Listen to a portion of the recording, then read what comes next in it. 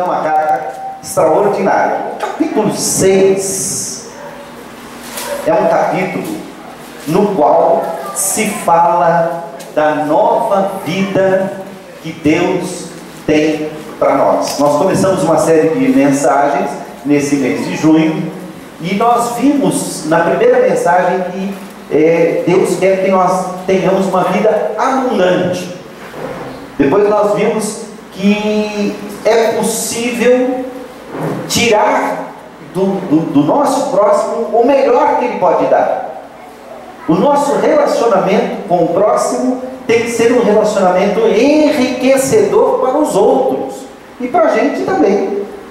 Mas viver em comunhão, em alegria com as pessoas e até com aqueles que são nossos inimigos faz parte da tarefa e da missão que Jesus nos deu. Depois, no terceiro domingo, nós vimos que é possível transformar os nossos defeitos em qualidades. Puxa vida, eu queria ouvir uma mensagem dessa. Não tem problema, basta você entrar no YouTube, colocar o nome da mensagem, o nome da série, né? Deus quer o melhor de nós, e o nome da igreja. E você vai encontrar todas estas mensagens lá no YouTube. Você vai encontrar, se você puser direto no Google, provavelmente você vai achar a página da igreja, o Facebook da igreja, vai achar todas as possibilidades. Também você pode ir pelo endereço aqui, que está no nosso boletim. E isso facilita para que você possa ouvir novamente estas mensagens.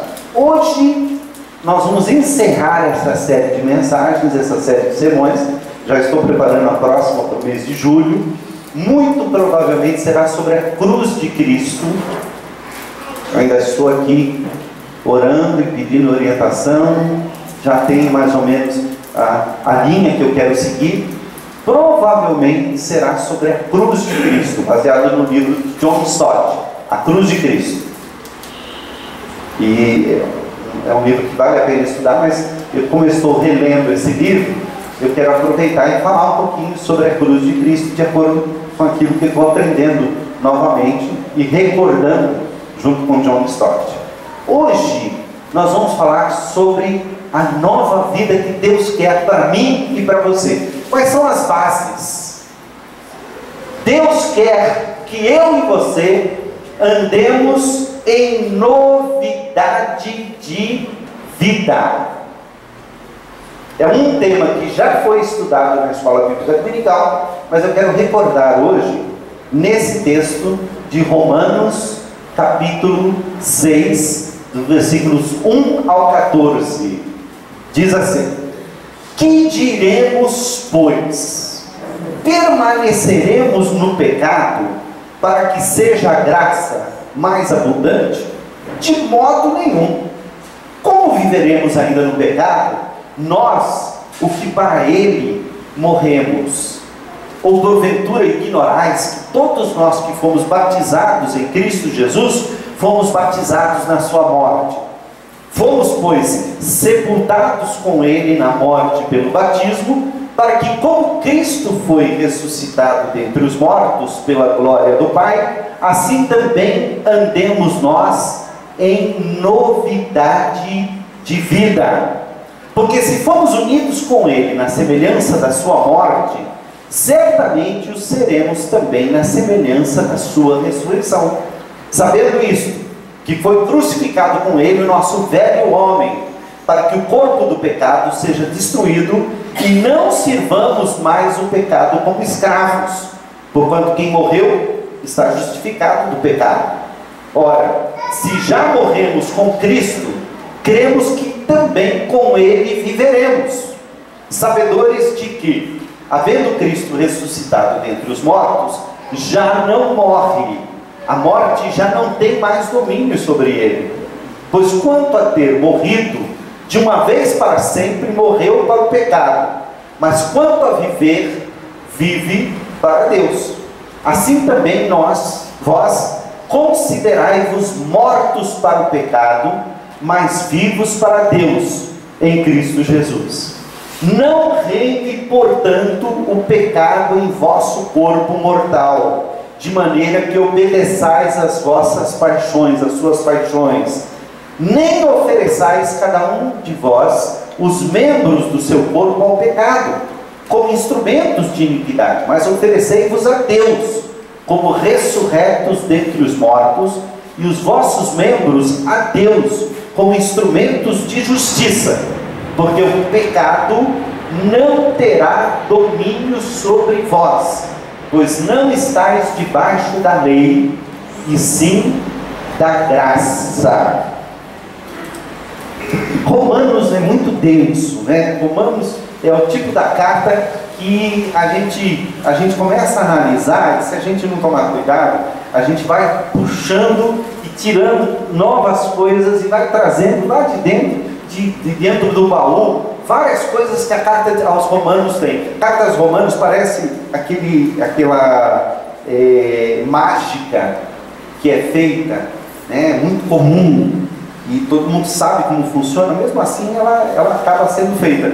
Quando o mágico puxa um lenço, e junto com aquele lenço, você viu um lenço na mão dele solto, né? Quando ele põe no bolso, daqui a pouco ele começa a puxar o lenço, e um lenço vai puxando o outro, e aquilo ele fica, né? Dependendo da habilidade do mágico, dependendo da capacidade, dá a impressão, você sabe que aquilo é um truque que foi feito. A gente pode até imaginar como ele é feito, a gente pode até ter uma ideia de como ele é feito, mas ele nos chama a atenção.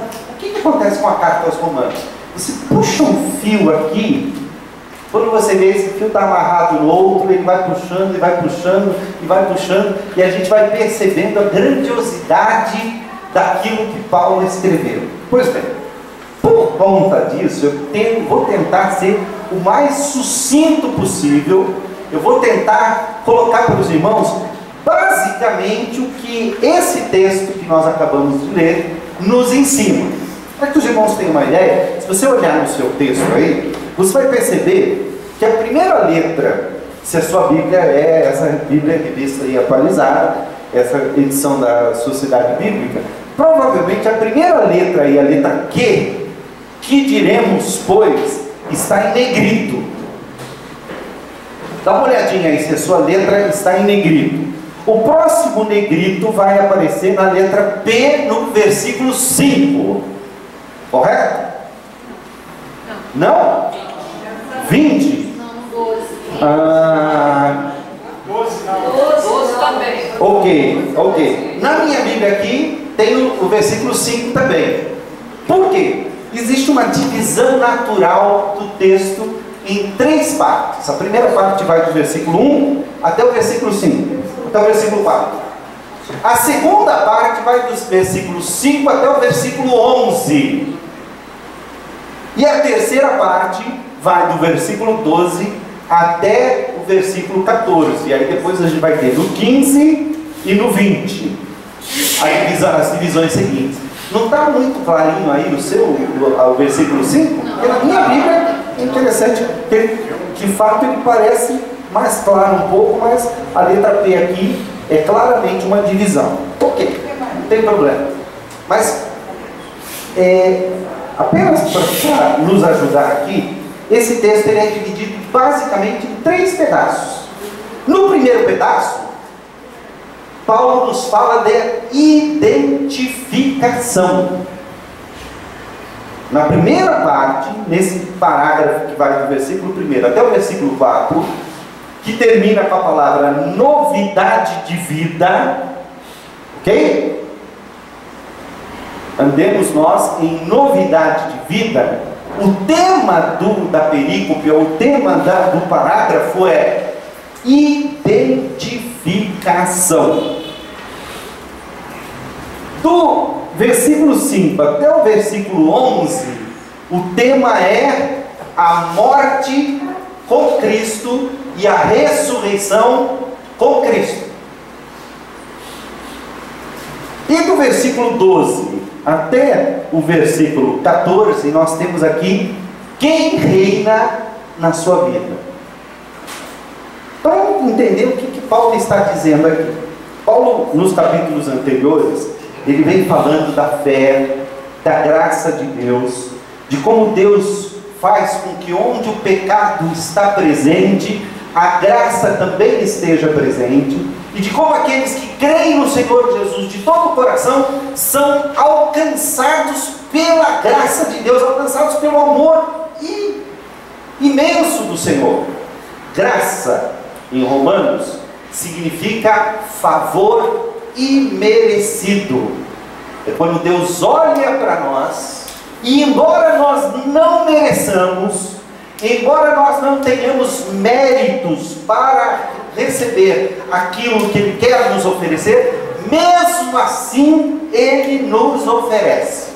E aqui eu quero fazer uma distinção, meus irmãos, que é muito importante e que a gente quase não pensa. A gente ouve falar muito da misericórdia de Deus, e a gente ouve falar muito da graça de Deus. Os irmãos são capazes de diferenciar o que é a misericórdia e o que é a graça? O que é misericórdia?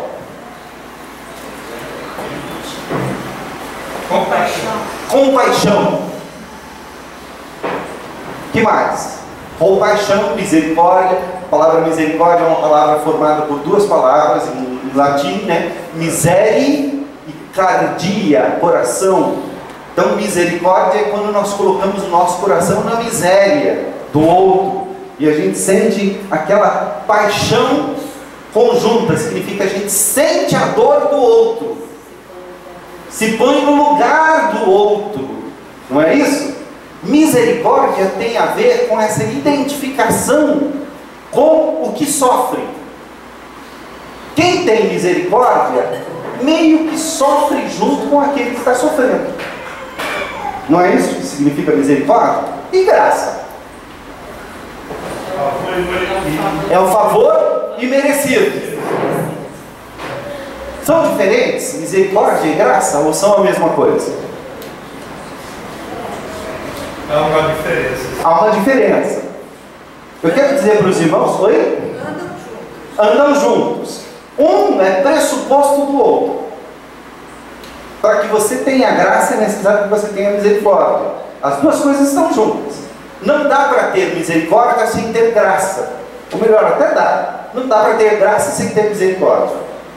Eu vou tentar explicar. Vou usar aqui uma ilustração que eu achei muito interessante. Imagine o seguinte, que num lugar, num reino, onde há um rei, né, onde existe ali o sistema monárquico, o rei vai fazer uma viagem, saindo do seu castelo e passando por alguns lugares, e por conta disso, os seus soldados, os seus guardas, aqueles que cuidam da segurança do rei, resolvem fazer uma vistoria no caminho para descobrir se existe alguma armadilha armada para o rei. E numa das curvas do caminho, eles descobrem lá uma cilada, uma armadilha feita para tirar a vida do rei. E descobrem justamente aquela pessoa que estava de tocaia, pronta para avançar sobre o rei quando o rei passasse e matá-lo, tirar a vida dele. Eles prendem aquela pessoa, e como isso foi feito, o rei já estava vindo e tal. Quando o rei faz aquela curva, ele vê aquela confusão, já os soldados segurando e prendendo a pessoa e tal, e o capitão chega para o rei e diz assim: meu senhor, o senhor nos perdoe, nós já tínhamos feito a vistoria nessa estrada, mas resolvemos por precaução fazer novamente, e descobrimos esse homem aqui, que estava aqui de tocaia, pronto para tirar a sua vida. Segundo a nossa lei, isso é um crime de lesa majestade. Esse homem tem que ser executado. E como o senhor está aqui, o senhor é a autoridade maior, cabe ao Senhor dar a sentença. Cabe ao Senhor dar a sentença. O homem então cai de joelho e fala: tenha misericórdia de mim, não mato, eu tenho filhos, eu estou envolvido nisso porque eu me envolvi com pessoas erradas e tal. O rei olha para ele, e aí vem o primeiro passo.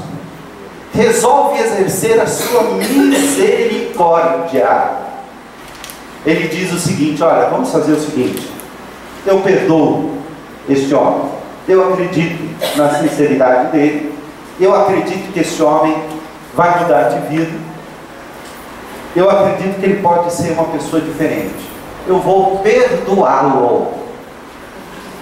Isso é misericórdia. Misericórdia é, portanto, não dar à pessoa aquilo que a pessoa merece. Ok? Misericórdia é não dar àquele que errou, àquele que pecou, àquele que transgrediu a lei, a paga pelo seu pecado. Isso é misericórdia. Não faça com os outros sem pensar no pecado. Oi? Seria... Não, é mais do que isso. Não é não fazer aos outros o que não quer que lhe faça. Também é. Mas é mais do que isso. É dar um passo além. É perdoar. Porque não fazer aos outros significa, olha, não retribua. Eu posso até não perdoar o fulano, mas eu vou retribuir. Mas nesse caso específico, misericórdia significa não imputar ao culpado a sua culpa. Quer dizer, não, eu o perdoo. Isso é misericórdia. Ok? Mas vamos dizer que esse rei percebesse a gratidão daquele homem, percebesse o quanto aquele homem ficou grato. Meu Senhor, muito obrigado, o Senhor salvou minha vida e tal. E ele resolvesse dar um passo além. Alguns até podem dizer, mas isso seria burrice da parte do rei, mas vamos dar um exemplo. E nós estamos apenas usando isso como ilustração. Ele resolvesse dar um passo além, dissesse o seguinte: além disso, além de não puni-lo pelo que ele merece, quer dizer, ele merece ser morto, e eu não estou suspendendo a sentença de morte, eu vou fazer diferente. Eu vou trazê-lo para junto dos meus homens de confiança, e a partir de agora ele vai viver comigo lá no palácio e será um dos meus guardas de honra. Isso é graça. Notem bem, misericórdia é eu não punir com a punição que a pessoa merece.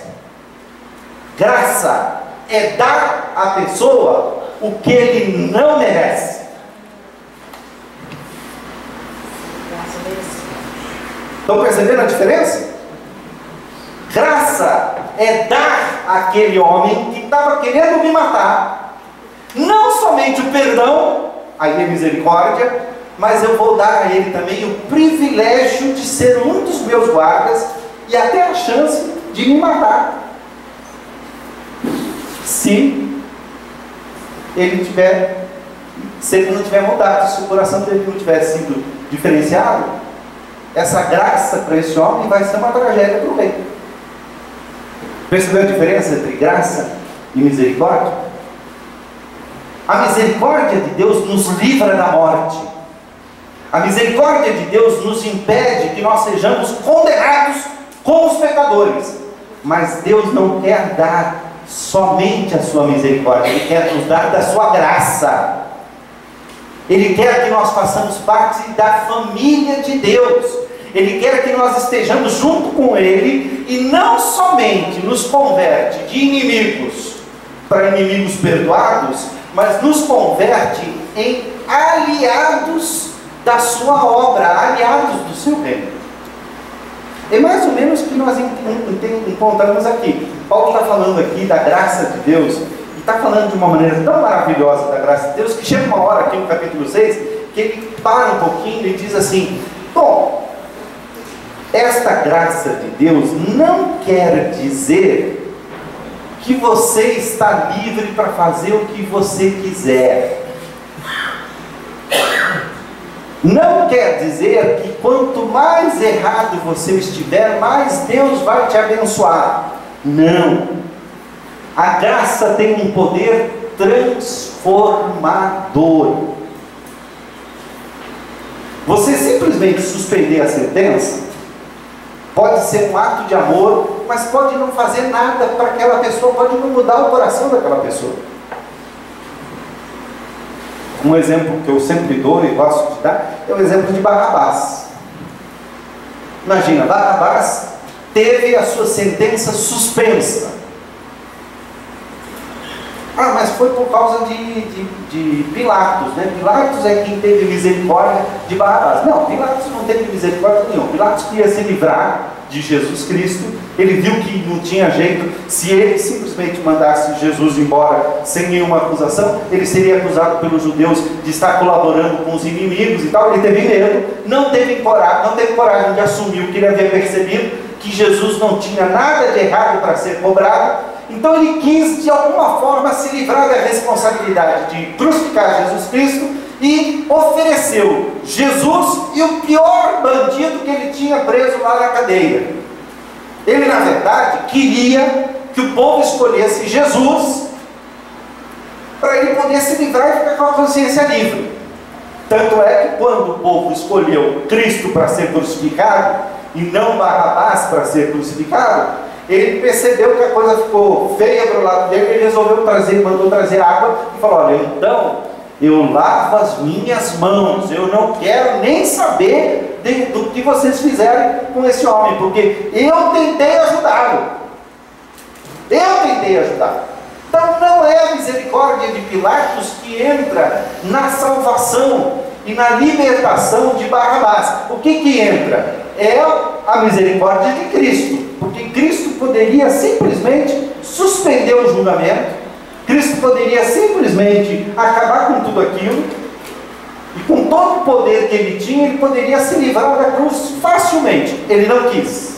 Isso quer dizer que Barrabás não foi morto porque Cristo quis morrer no lugar dele. Ok? Isso é misericórdia. Isso é misericórdia.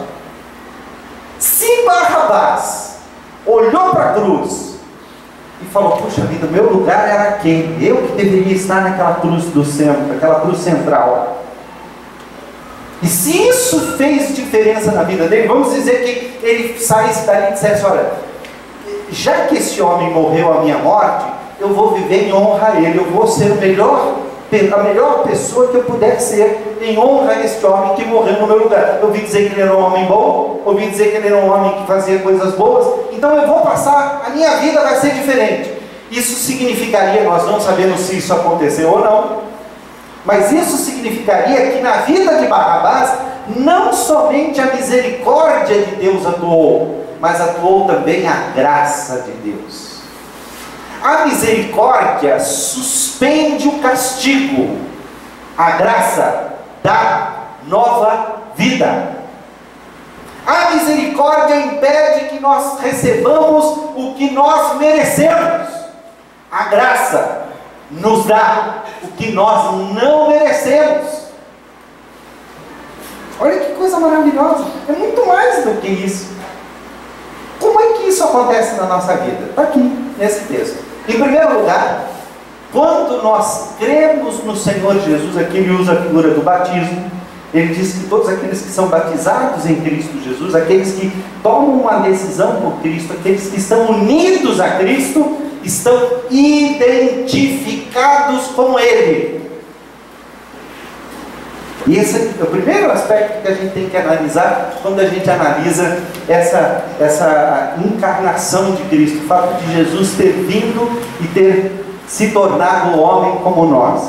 Ele se identificou conosco, ele nasceu como nós nascemos, ele cresceu como nós crescemos, ele viveu como nós vivemos, ele sofreu como nós sofremos, ele passou pelas dores que nós passamos, e na sua morte, ele chamou para junto de si todos aqueles que queriam se identificar com ele, todos aqueles que perceberam em Jesus Cristo a porta da salvação, todos aqueles que, olhando para Jesus Cristo, viram uma oportunidade da misericórdia de Deus ser alcançada. Então, o primeiro passo para nós vivermos uma nova vida é entregarmos a nossa vida a Jesus Cristo, porque com isso nós estamos nos identificando com Cristo. Olha o que diz aqui na Bíblia, na linguagem de hoje, exatamente esses primeiros 5 versículos aqui, olha só. Portanto, o que vamos dizer? Que devemos continuar a viver no pecado para que a graça de Deus cresça ainda mais? É claro que não. Já morremos para o pecado Então, como podemos continuar vivendo nele? Com certeza vocês sabem que quando fomos batizados para ficarmos unidos com Cristo Jesus, fomos batizados para ficarmos unidos também com a sua morte.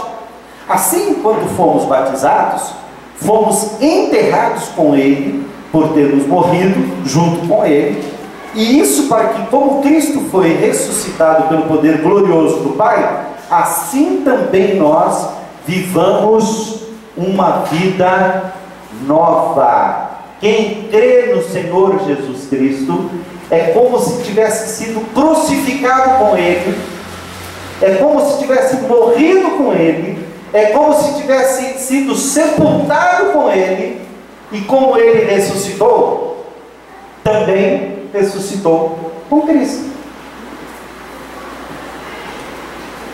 Fé em Jesus Cristo produz a união com Cristo que morreu, mas que também ressuscitou. Por isso a gente costuma dizer que a morte de Cristo foi a morte da morte. Foi a última morte que teve efeitos destruidores, mas que ao mesmo tempo destruiu a própria morte. Quem assistiu o filme As Crônicas de Nárnia sabe que na história das Crônicas de Nárnia tem lá um dos irmãos, que é o Edmundo. Ele trai os outros irmãos e entrega os irmãos para a feiticeira branca. Quando a feiticeira aparece para lutar contra as forças do leão, que representa Jesus Cristo, ela se apresenta como que toda cheia de empáfia, toda cheia de vitória, porque ela tem um trunfo na mão. Ela diz: olha, vocês podem lutar, tudo bem, se vocês quiserem, a vinda do Aslan vai acabar com o inverno e tudo isso, mas tem uma coisa que vocês não podem me negar: entre vocês existe um traidor, e cabe a mim matar os traidores. Então vocês podem fazer o que vocês quiserem, mas eu quero o meu direito de matar o traidor que há entre vocês. Ela mesma tentou o Edmundo para traí-lo e tal, e o Edmundo caiu na tentação. Então o leão chama ela para conversar e se oferece no lugar do Edmundo. Ele se oferece no lugar do Edmundo, e depois, à noite, quando todo mundo está lá festejando e tal, o leão sai escondido e vai se entregar à feiticeira branca, justamente para que ela pudesse matá-lo, porque alguém tinha que morrer. Alguém traiu, alguém tem que morrer.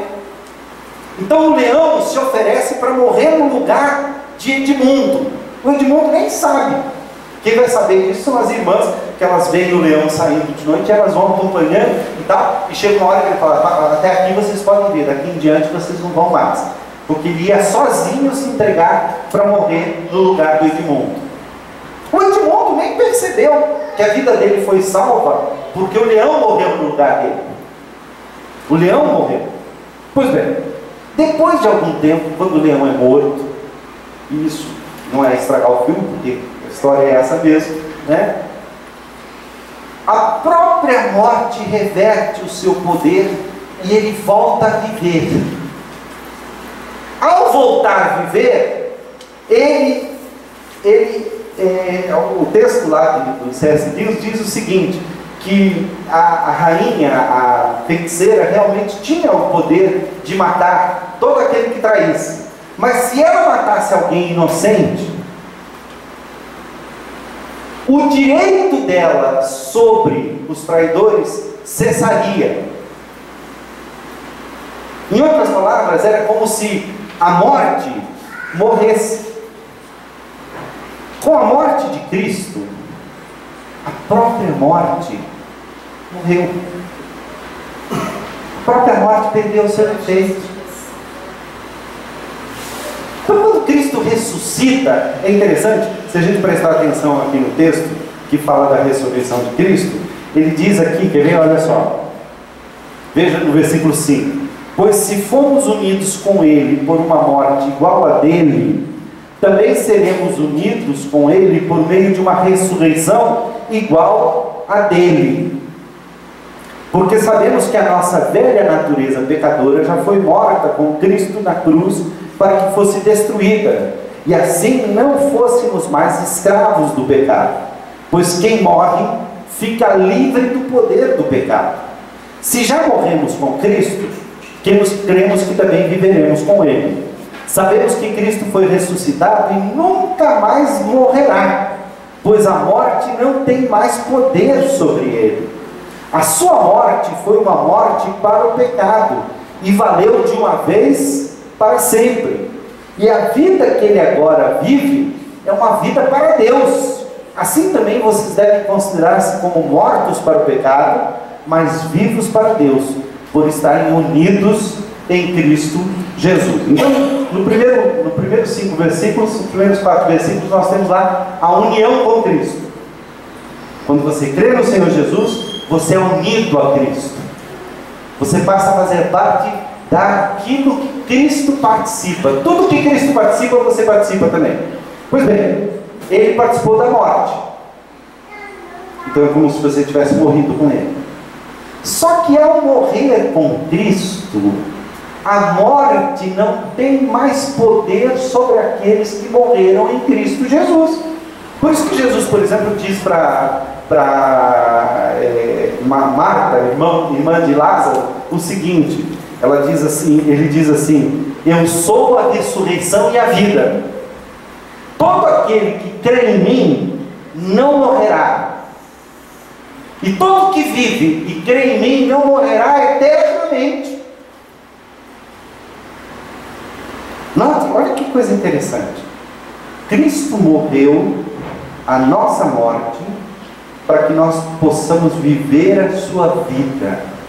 A qualidade de vida que Deus nos dá em Cristo Jesus não é como, por exemplo, a ressurreição de Lázaro, ou a ressurreição do filho da viúva de Naim, ou como a ressurreição de Dorcas, ou como a ressurreição daquele homem que ressuscitou no Antigo Testamento pela intervenção de Eliseu. Quando Eliseu já estava morto, jogaram Eliseu no túmulo, onde havia lá um outro homem que tinha sido enterrado antes dele. Ao tocar nos ossos daquele homem, o homem ressuscitou. Só que o que aconteceu com essas ressurreições todas? Lázaro ressuscitou, mas voltou a morrer. A menina que foi ressuscitada por Cristo também voltou a morrer. Todas as ressurreições que aconteceram antes de Jesus Cristo não foram ressurreições para a eternidade, foram o reanimar de um cadáver. Simplesmente o cadáver voltou à vida, mas ele continuou sujeito às mesmas coisas e todos eles vieram a morrer novamente. Cristo não. Por isso Cristo é chamado de a primícia dos que dormem. Ele foi o primeiro a ressuscitar para a eternidade, para não mais ter nenhum domínio do pecado sobre ele. Nem a morte tem poder mais sobre Jesus Cristo. Por isso a carta aos Romanos vai dizer que tragada foi a morte pela vitória. Lá no capítulo 15 ele vai dizer isso. Onde está, ó morte, o teu aguilhão? Onde, ó morte, está o teu veneno? E aí nós precisamos entender que ao estarmos unidos em Cristo, Deus matou em nós a capacidade que o pecado tem de nos matar. Mas pastor, isso quer dizer então que a gente não vai morrer? Mas todo mundo morre. Sim, nós morremos a morte física, mas a morte espiritual já não tem mais poder sobre nós. Aquele que foi ressuscitado com Cristo Jesus tem uma vida eterna, uma vida que vai jorrar para a eternidade, uma vida que não vai ser consumida. Por quê? Porque nós estamos unidos com Cristo. Enquanto Cristo existir, nós existiremos. Isso significa, meu irmão, que ao crer no Senhor Jesus, você recebeu o dom da vida eterna. Você recebeu a capacidade de vencer a morte eterna e vencer a morte física também, porque todos aqueles que creram no Senhor Jesus ressuscitarão com Ele e ressuscitarão para uma nova vida, para uma vida eterna. Qual é o segredo de tudo isso? O segredo, meus irmãos, é que nós passamos a viver neste mundo uma vida que vem lá do alto, uma vida celestial. Isso quer dizer que o pecado perde o poder sobre aqueles que estão em Cristo Jesus. Isso também quer dizer que você se torna participante da graça de Deus, e essa graça de Deus não somente te livra da morte, te livra do pecado, porque é a misericórdia de Deus agindo, mas essa graça de Deus vivifica, transforma, faz de nós pessoas melhores, faz com que nós tenhamos força para lutar contra o pecado, faz com que nós possamos derrotar o diabo, faz com que nós tenhamos força para viver uma vida que vale a pena ser vivida. Olha o que diz aqui nos últimos versículos, aqui, versículo 12: portanto, que o pecado não domine os seus corpos mortais, fazendo que vocês obedeçam aos desejos da natureza humana. E também, não entreguem ao pecado nenhuma parte do corpo de vocês, a fim de ser usada para o mal. Ao contrário, entreguem-se a Deus como pessoas que foram trazidas da morte para a vida. Entreguem-se completamente a Ele, a fim de serem usados para fazer o que é bom. Que o pecado não os domine, pois vocês não vivem mais debaixo da lei, mas debaixo da graça de Deus. Para a gente encerrar e para ficar resumido, nos primeiros 4 versículos, Paulo nos fala que nós precisamos estar unidos com Cristo. Como é que nós estamos unidos em Cristo? Como é que nós nos unimos a Cristo? Através de um ato voluntário, que é entregar o coração a Jesus Cristo quando Ele nos chama. Ele está nos chamando, Ele está te chamando, Ele está te buscando, Ele deu a vida por você. A partir do momento que você diz: Senhor, eu recebo, eu quero, eu aceito, eu abro o meu coração, você é identificado com Cristo na sua morte e na sua vida. Você passa a ter o mesmo destino que Cristo. Você passa a estar unido em Cristo, unido com Cristo e unido com todos aqueles que estão em Cristo Jesus. A Bíblia chama, ou melhor, a teologia chama isso de união mística com Cristo. É uma união misteriosa. É uma união que só Deus conhece e nós sentimos e percebemos que Cristo está em nós. Isso significa que a morte não tem mais poder sobre nós. E morte aqui não é só a morte física, não. A morte física vai continuar atuando. Nós todos vamos morrer. Mas algo da vida, da eternidade, já passa a viver em você. Passamos a viver uma novidade de vida. Passamos a viver uma vida nova. Sabe por quê? Porque a graça de Deus é mais do que perdoar os nossos pecados. É nos vivificar para uma nova vida. É por isso que é muito complicado você saber se uma pessoa que está vivendo deliberadamente em pecado, se ela tem Cristo ou não. Não tem como saber. Porque pode ser que ela tenha aceito Jesus no seu coração, mas se ela vive no pecado, ela não está demonstrando o sinal de uma nova vida. Pode acontecer? Pode. Pode acontecer de uma pessoa verdadeiramente crente não estar sendo nutrida pela graça de Deus para uma nova vida. Porque depende também, e a partir do momento que você crê no Senhor Jesus, a tua vontade passa a atuar junto com a vontade de Deus. Nós nos transformamos em colaboradores. Antes de entregar a sua vida a Jesus, você não pode ser bom ou ruim, porque estamos todos mortos em delitos e pecados. Até o que nós fazemos de bom sem Cristo é pecado. Sem Cristo, até o que eu faço de bom não tem valor nenhum. Mas estando em Cristo Jesus, Deus nos dá poder para sermos nova criatura, para sermos uma criatura do céu. Nós deixamos de ser criaturas deste mundo, nós passamos a ser forasteiros e peregrinos nessa terra. E Deus nos dá a capacidade de melhorar. Você fala, mas eu luto, continua lutando. Deus está fortalecendo o seu coração para que você seja uma pessoa melhor. Você pode ter certeza que quem está em Cristo Jesus tem de Deus o combustível necessário para viver uma nova vida.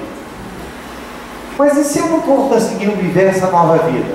Talvez você precise pensar e perguntar, será que eu creio de fato em Jesus Cristo? Quem não dá testemunho, ninguém pode dizer se essa pessoa está em Cristo ou não. A questão é justamente essa. Uma pessoa que não dá testemunho pode estar em Cristo, mas ela não está dando provas de estar em Cristo. É mais ou menos o seguinte, é como se, vamos dar um exemplo. Todo mundo aqui reconhece a diferença entre uma pessoa morta e uma pessoa viva. Ok? Se você encontrar uma pessoa morta, você vai saber, por várias características, que é uma pessoa morta. Se ela está sem sepultura mais tempo do que o razoável, ela vai cheirar mal. Ela não vai responder estímulo nenhum. Ela não vai ter, você vai medir o pulso, ela não tem pulso. Ela não vai ter calor no corpo, ela vai estar fria. Uma pessoa viva está andando. Uma pessoa viva acorda, responde. Ok, mas e quando eu encontro uma pessoa em coma? Ela está viva ou ela está morta? Bom, se ela está em coma, ela está viva. Existem sinais de vida que ainda estão presentes ali, mas ela está agindo como se estivesse morta. Então deixa eu dizer para vocês, tem muito crente em coma por aí. Está vivo, mas não está dando sinais de vida. Tem Jesus, mas vive como se não tivesse. Poderia estar acordado, mas não está. Aí essa pessoa está viva ou está morta? Não sei, está mais para morta do que para viva. Se eu desligar os aparelhos, essa pessoa vai viver ou vai morrer? Quer arriscar? Não, é melhor não arriscar, deixa lá, porque quem sabe ela reage. Olha que situação terrível. Muitos cristãos estão assim. Está o aparelho lá ligado, dando aquela... mas se desligar o aparelho, morre. Sabe por quê? Porque de fato, ainda não aceitou Jesus no seu coração. Mas pode acontecer de você desligar o aparelho e ela reagir. Pode acontecer. Aí a gente vai saber se ela está morta ou está viva.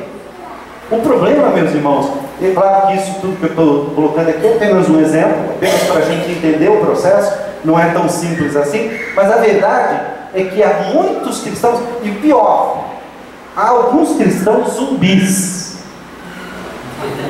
O que é um cristão zumbi?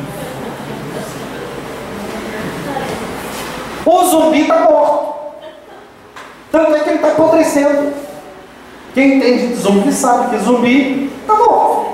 Ele não está vivo. Ele vai apodrecendo em vida, mas continua andando. Né? E se for zumbi do cinema, quer comer o cérebro. Tem uma série de complicações aí com o zumbi do cinema e tal. Mas estão percebendo o que eu quero dizer? Deus quer que a gente viva a vida nova em Cristo Jesus. Uma pessoa que está viva, não tenha dúvida.